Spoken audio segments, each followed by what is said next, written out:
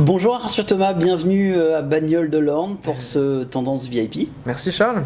Je crois que c'est pas la première fois en Normandie, c'est la première fois dans l'Orne, mais tu connais déjà la Normandie. Je connais un petit peu la Normandie, c'est vrai que mes tout premiers cachets d'intermittent quand il y a 10 ans, c'était en Normandie.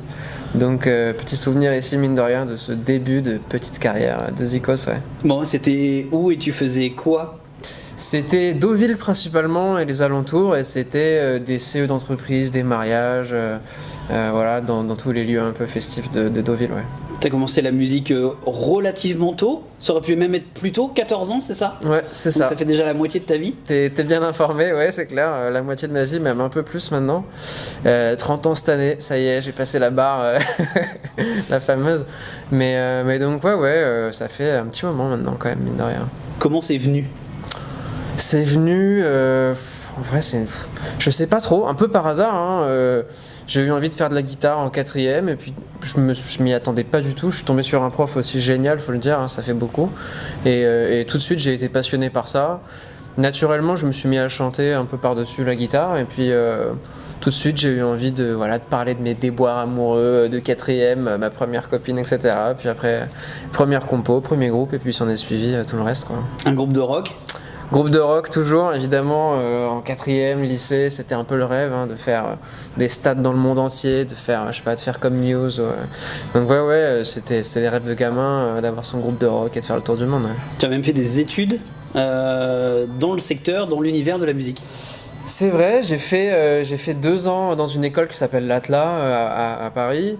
Ça m'a permis, mine de rien, d'apprendre pas mal de choses. C'était un cursus un peu professionnalisant sur la théorie musicale, mais aussi tout ce qui est contrat, les contextes. Donc ouais, c'était assez riche et assez intéressant. Ouais. Après, t'es arrivé une déferlante, une grosse vague à la télé une fois par semaine, tous les soirs, en prime time sur la plus grande chaîne d'Europe qui est TF1. T'as fait The Voice saison 10. Exactement, c'est ça, tout à fait. Ouais, The Voice saison 10, c'était une expérience de psychopathe. Que de recevoir toute cette visibilité d'un coup, c'était assez dingue.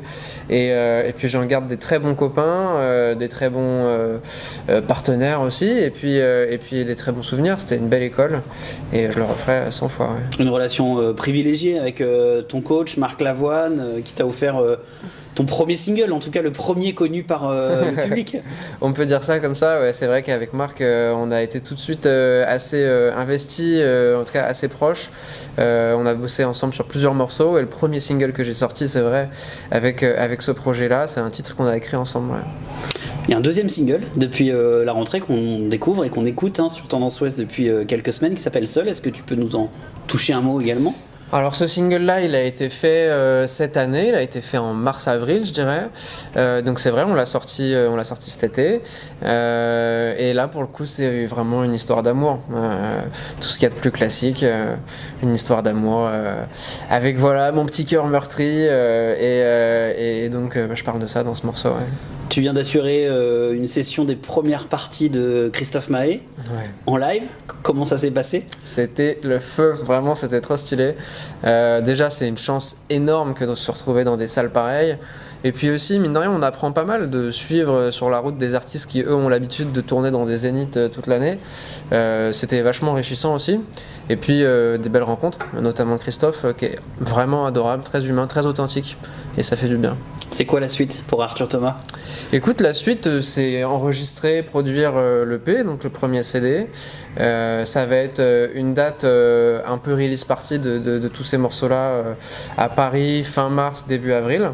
Je suis encore en train de voir avec mon booker quelle salle exactement et quelle date, mais donc ce sera ça. Et puis du coup, en ce moment, c'est quelques concerts, quelques promos, beaucoup de compos, beaucoup de sessions en studio, et pour déterminer quels seront les morceaux de l'EP et d'avoir le maximum de choix possible.